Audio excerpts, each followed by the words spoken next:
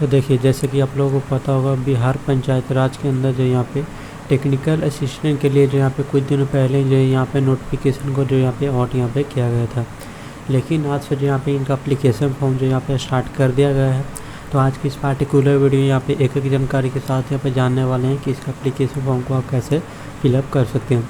तो वीडियो को अंत बने रहिए। वीडियो पसंद है वीडियो को लाइक एंड चैनल को सब्सक्राइब जरूर करिए, क्योंकि ऐसी लगातार अपडेट इस चैनल पर वीडियो आपको देखने के लिए मिल जाती है। तो आपको आवेदन करने के लिए डायरेक्ट आपको वीडियो को जो डिस्क्रिप्शन है उसमें लिंक मिल जाएगा आर्टिकल का, तो लिंक पे क्लिक करके आकर इस पर जो यहाँ पे पढ़ सकते हैं। इस जॉब के अकॉर्डिंग आपको सारी जानकारी यहाँ पे देखने के लिए यहाँ पे मिल जाती है। साथ ही आवेदन करने के लिए डायरेक्ट यहाँ पे लिंक मिल जाता है अप्लाई ऑनलाइन का, तो इस पर एक बार आप जो यहाँ पे क्लिक करेंगे। जैसे यहाँ पे इस पर क्लिक करें, कुछ इस प्रकार जानकारी आपको देखने के लिए मिल जाता है और आप इनका जो यहाँ पे ऑफिशियल पोर्टल पे चले जाते हैं तो आपको कुछ इस प्रकार जानकारी आपको देखने के लिए मिल जाता है। अगर पहली बार इस वेबसाइट पे आए हैं तो सबसे पहले आपको रजिस्ट्रेशन करना होता है। उससे पहले कुछ बातें हैं जिसको आपको जानना ज़रूरी होता है, जैसे कि इसका एप्लीकेशन फॉर्म जो यहाँ पे 26/5 से स्टार्ट होगा, जो कि 25/6 तक लास्ट यहाँ पे टाइम यहाँ पे रखा गया है।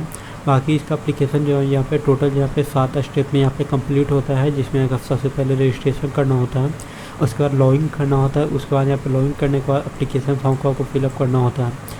तो टोटल कुछ इस प्रकार आप फिलअप कर सकते हैं। चलिए एक एक जानकारी को आपको फिलअप करके यहाँ पे दिखाता हूँ। तो रजिस्ट्रेशन करने के लिए सिंपली यहाँ पे क्लिक है टू रजिस्ट्रेशन वाले बटन पे क्लिक करना होता है।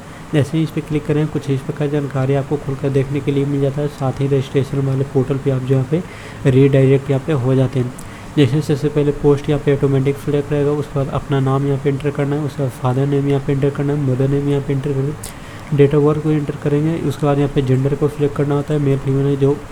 उसके बाद यहाँ पे कुछ चीज़ें जो होगा यहाँ पे ऑटोमेटिक सिलेक्ट हो जाएगा। उसके बाद कैटेगरी बताएंगे, किस कैटेगरी से आप यहाँ पे बिलोंग करते हैं यहाँ पे बता सकते हैं यहाँ पे। उसके बाद फिर नीचे आएंगे तो यहाँ पे एक जो यहाँ पे ईमेल आईडी आपको यहाँ पे देना होता है।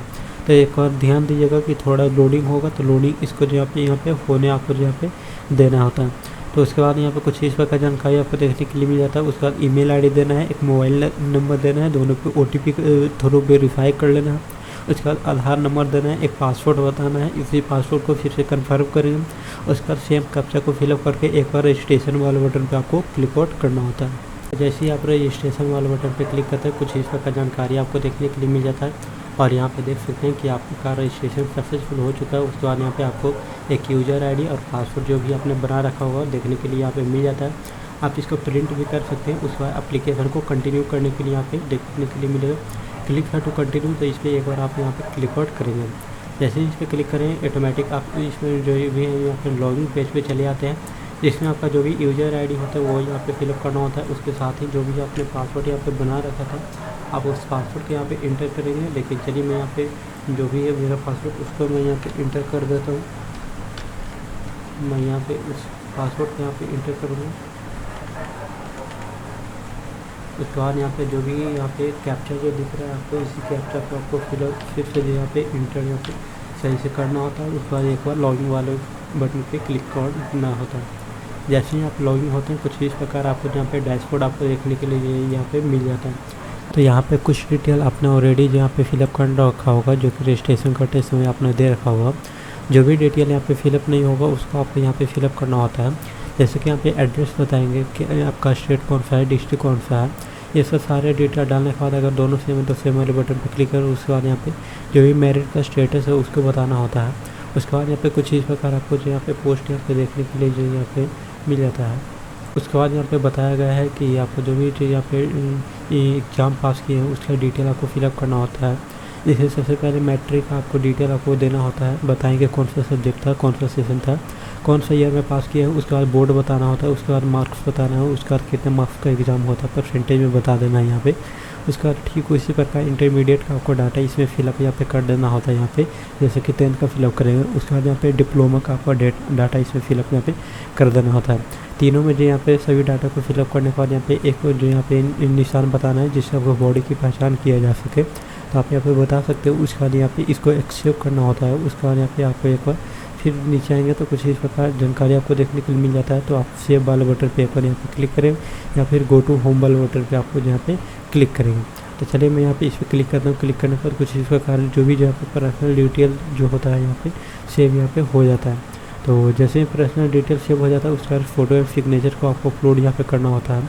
तो उसके लिए जो यहाँ पे किसी एक पर्टिकुलर को आप सिलेक्ट करेंगे, जैसे कि यहाँ पे फ़ोटो एंड सिग्नेचर को यहाँ पे अपलोड करना होता है।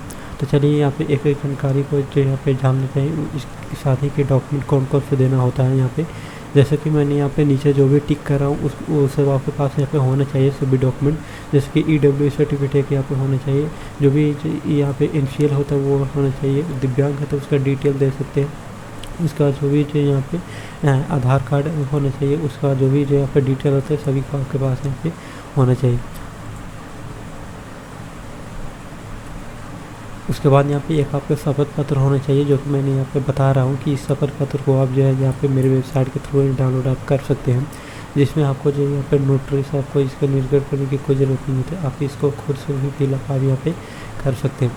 तो चलिए यहाँ पे इसको भी फिलअप यहाँ पे कर देता हूँ। उसके बाद यहाँ पे आगे का प्रोसीजर यहाँ पे बताता हूँ कि कैसे आपको जो यहाँ पे फिलअप करना होता है। और सभी चीज़ों को आपको वेरीफाई कर लेना होता है, जैसे कि यहाँ पे मैंने यहाँ पे सभी चीज़ों को अपलोड करके वेरीफाई कर लिया है।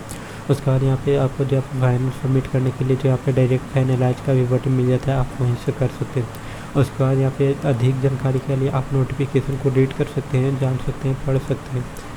तो कुछ इस प्रकार आप इस पोस्ट के लिए आप आवेदन कर सकते हैं, जो कि मैंने आपके साथ एक एक जानकारी के साथ बताया कि कैसे आपको आवेदन यहाँ पे करना होता है। तो दोस्तों आज की वीडियो से इतना था, मिलते हैं किसी नए पार्टिकुलर से जानकारी के साथ। तब तक ले जाइए, तब तक ले टेक केयर।